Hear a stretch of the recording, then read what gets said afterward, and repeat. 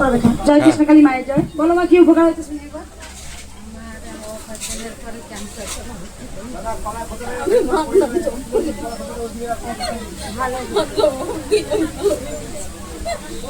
আমি আগে এসেছিলাম একবার, মানুষ করা ছিল সকাল থেকে রাত 10টা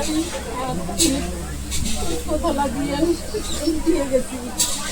পরে আবার অপারেশন করার কথা বলছিল। আমি মনে করেছিলাম যে আমি যদি আর অপারেশন না করতে হয় মার কাছে যাবো, মা করার জন্য টাকাটা।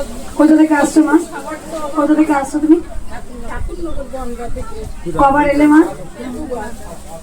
এখানে ক্যান্সার রোগ হয়েছিল, অপারেশন করার পরও ঠিক হচ্ছিল, সেখানে আবার এসে মা মানসিক করেছিলেন অপারেশন না করতে হয়, করতে হয়নি। প্যার সে বলুন রাধে রাধে। রাধে রাধে। মা ছিলেন, আছেন, থাকবেন যুগে যুগে। সবাই বলুন জয় কৃষ্ণকালী মায়ের জয়। মায়ের মন্দির হবে, হবে হবে। মা যদি চাই মায়ের মন্দির হবে।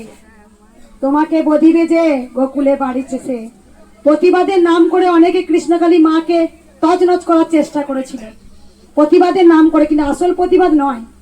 বলে তো ঘট পাতা নিয়ে, ঘট নাড়ানো নিয়ে, আমি যখন ফুলগুলো তুলি তখন ঘটটা একটু হালকা করে নাড়ানো যায়, কিন্তু অনেক মন্দিরে ঘট নেই, আমি প্রমাণ। সেই মন্দিরে আমি গিয়েছিলাম, অষ্টভুজা মন্দির, মায়ের কোনো ঘট নেই, শুধু মা পাথরের। ভক্তিতে পুজো, ভক্তিতে পুজো হয়। তাই প্রতিবাদের নাম করে যাদের স্বার্থ স্মৃতিতে আঘাত লেগেছে তাদেরকে টাকা খাইয়ে ফেক নিউজ বানানো হচ্ছে। যথেষ্ট ভক্তদের বুদ্ধি আছে, তারা আজকালকার যুগে কেউ বোকা নয়। এই মা যা পেয়েছে সেটাকে নিজের হাতে মালা করে এমনি এমনি এসছে, লাইনে এতক্ষণ ধরে দাঁড়িয়েছিল, তারপরে মায়ের কাছে পৌঁছালো। তাই সকল ভক্তদের বলবো, মা ছিলেন, মা আছেন, মা থাকবেন। শুধু একটা কথাই বলবো, লাইনে কেউ আসবেন না। লাইন দিয়ে পুজো দেওয়ার মজাই আলাদা।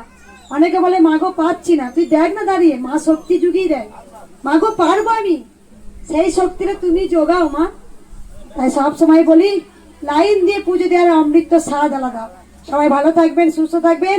প্যার সে বলুন রাধে রাধে। রাধে রাধে।